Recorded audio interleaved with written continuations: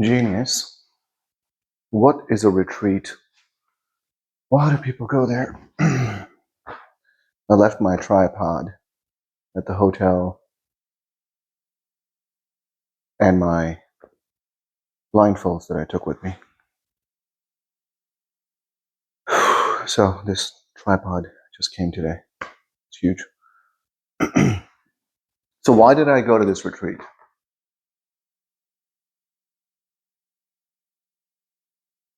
I'm still a little sick from the retreat because meditating for 8 hours with everybody else, and crazy me goes to the room and keeps meditating. And on the break, during the lunch, since I usually don't eat lunch, at the retreats I don't eat lunch, so I'll eat either breakfast or dinner. So during the lunch, I would I would go to my room, do some breath work, meditate for a bit, come back. I want to get as close to 10 hours per day as possible with meditation.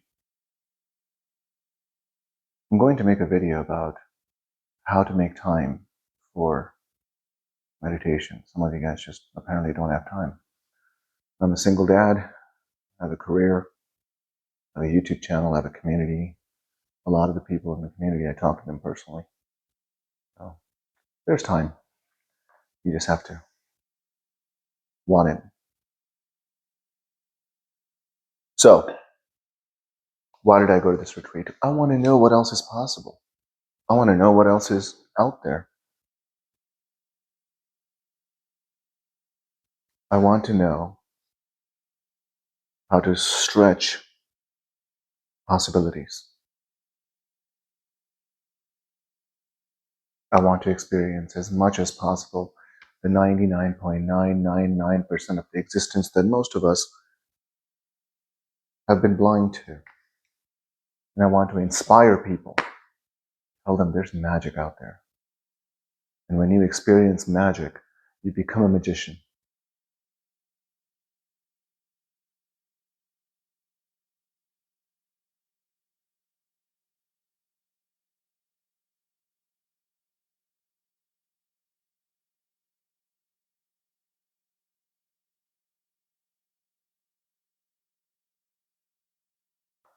Well,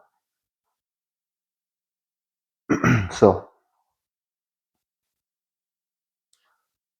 I was with about 1,800 advanced meditators. It was intense. It was a lot, the energy. And they have these Faraday curtains around the room so that our energy is not being interfered with energetically. It's measured. There's volunteers that wear those little things so they can be measured, how their brain activity is working, urine samples, blood samples. Talked about the Source movie, but the Source movie is like 2 years old. The information in the Source movie is 2 years old. No. It was magical. My heart just blew open. And universe and higher self has such creative, unique ways to speak to you. Forget about angel numbers. I'm talking about direct communication. Like, imagine. You can close your eyes or not, it doesn't matter. Just imagine that you're sitting in a meditation and you're seeing kaleidoscopes, right? And then you start to see people's faces. And you start to wonder, who are these people? Have I met them? Am I supposed to meet them? Do I know them? Is this from previous life? What is happening? Who are these people? But you're seeing them in your view. But you're seeing them from your pineal gland, your third eye. Because your eyes are closed, you have blindfolds on. Of course you can't see. There's more to life than meets the eye, right? Everybody knows this. But there's more to life than any of your senses that you can only experience when you get out of your senses. These senses. When you get out of this vehicle that you have borrowed and leased so that you can enjoy this VR experiment, this hologram, as the life just unfolds in front of you and you're witnessing it. No wonder when every time I open a door, I was like, you know what? I am an itty-bitty thing on a tiny little planet in the middle of nowhere, about to have an experience as I walk through this door. There's an experience waiting for me out there. Doesn't matter if I'm entering my car or exiting my car, there's an experience in both areas. And I'm about to walk through that door. I just remind myself so I can center myself, I can ground myself. And if there's energy that is stuck somewhere, the fear of the future, anxiety of the future gets pulled back into my present moment as I exit through the door. It's an intention. It's my intention that this is what's going to happen. Any shame, guilt, trauma, anything from the past gets pulled into my field. And now my field energy is becoming whole every time I exit any door, in and out of the car, in and out of the bathroom, in and out of the house, in and out of the garage. Doesn't matter. I'm cleansing myself with an intention of pulling the energies to myself and centering and grounding myself so that no matter what is on the other side waiting for me, I am this person going to experience life on the other side. What happens when you do that? You have less and less and less and less thoughts over time as you exit and enter all these doors. You're practicing. Your awareness muscle is getting stronger. Your attention muscle is getting stronger. Your present moment is becoming generous. Your present moment is becoming something you have never experienced before over time. Right? Am I recording? Yes. So I was team green this time. Yeah, I was team yellow in the last one.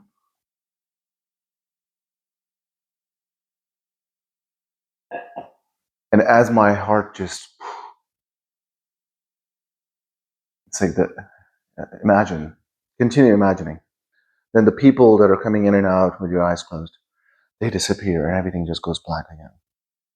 And then you see this red heart in the middle of the screen of your, just existence with your eyes closed. You see a red heart in the middle of nothing. And then that red heart spins once, and then it flips and turns into a rose, fully bloomed rose. You're like, oh my God, I know what that means. My heart bloomed. It's open. Welcome, And I have these tears coming down, literally dripping down my beard onto my shirt. Because this ecstasy of love, I'm like, OMG, that's a lot.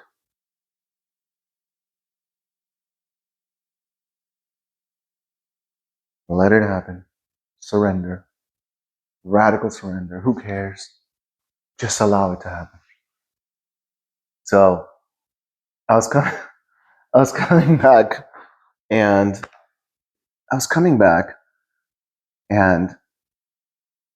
I got an email that your connecting flight is actually going to be right there. So when you land, you have to rush. Otherwise, you're going to miss it. Then I get to the Ronald Reagan Airport in DC, and I found out that my flight is 30 minutes delayed. I was like, and now I know my connecting flight from Charlotte is going to be delayed to Tampa.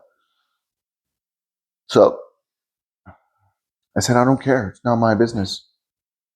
Life did this. Life's going to figure it out. And I have a higher self. My higher self's got this.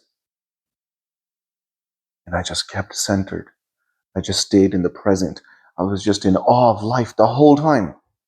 I'm sitting in the airport. People recognize me. They're just coming, we have a drink. We're sitting there. And they're saying things. We're talking about the experiences and what we went through, the downloads, uploads, whatever, upgrades. And then I'm in the plane. I meditate in the plane. Of course, what else am I going to do?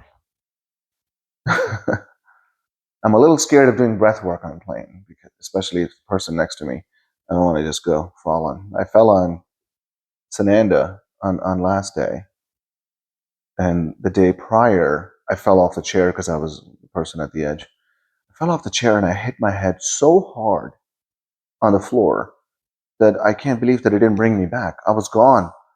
I was somewhere else. I was with people. I was, seeing people. All my senses there were active. I could see, hear, smell, touch, everything. And then I just got pulled back. And I'm on the floor. My face is on the carpet. I'm like, whoa, where am I? Why is it so dark? And then I realized I have this thing on. And I was like, what is this? And then one after another senses sort of get plugged in, right? Into the 3D. And I was like, whoa, I'm at Dr. Joe's retreat. And like every time that happened, I took a breath. I came back so surprised. Oh, I can't believe I'm at the retreat. I can't believe I'm at the retreat. So I just like re-experienced the excitement of, oh my God, I'm with all these people. And when I got up, there were volunteers holding me, rubbing me. They're like, hey, are you going to be okay? They were sorry that they didn't see me. They didn't catch me. They were sorry. And I got up. My head hurt. My ear hurt. My jaw hurt. I hit the floor so hard. My wrist hurt.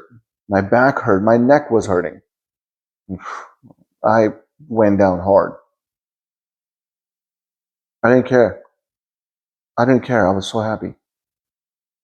And I didn't sit back on the chair. I sat on the floor. Because there's nice carpet. And on the floor, I was even more closer to the 𝐂𝐍𝐈𝐒. Finished the coherence. It was hearts open, tears are coming down. I'm feeling things, hearing things, seeing things. There's so much out there, guys. There is so much out there to experience. There's so much life. There's so much existence to experience. And the more you do that, the more you realize how much you're in control. I'm going to go very, very detailed about breath work. Of course, I'm going to talk about it in my retreat that's coming up in August in a much more detail, with some more examples before we do our meditations and Q&As throughout the retreat that I'm going to have. So anyway, I like to be around advanced meditators. I like to take advantage of the higher and higher amplitude on top of the constructive interference law. And in the room of Faraday cages where everything is being measured, and it just makes life more exciting. And what else is there to do? What else am I going to do? I have to. I'm here, right? We're here, right? We're experiencing this reality, this hologram, this life, a tiny part of existence, less than 1% of existence, but it's still cool. It's nice, and I want to make the most of it. And I want you to make the most of it. And I want you to join me in this journey. You don't have to be part of my community, but just join me, the collective, on this journey. If you want to be my community, it's mysticalbeing.org. And join us. We meditate, we heal others, ourselves. We do marathons on Saturday. And we do Q&As. We watched Source together in my community. We were there together. So we do a lot of cool stuff. And then there are retreats coming up, and there's going to be other things coming up. There's a lot happening within the community. As Dr. Joe says, the future of humanity is within different tribes and communities. Community is the future. It's important to have that. And when you join a community, it takes away that loneliness, because when you get on the spiritual journey, oftentimes it makes you very lonely. It disconnects you from sleepwalkers. All of a sudden, you're not interested in politics.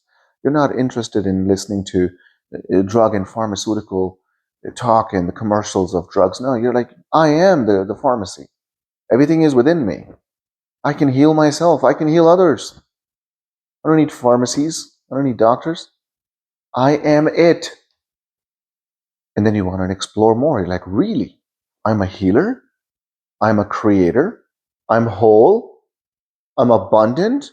I'm fearless? I'm great? I'm divine? What? I'm going to make another video about the team, and I'll talk about that in the next one. I love you guys.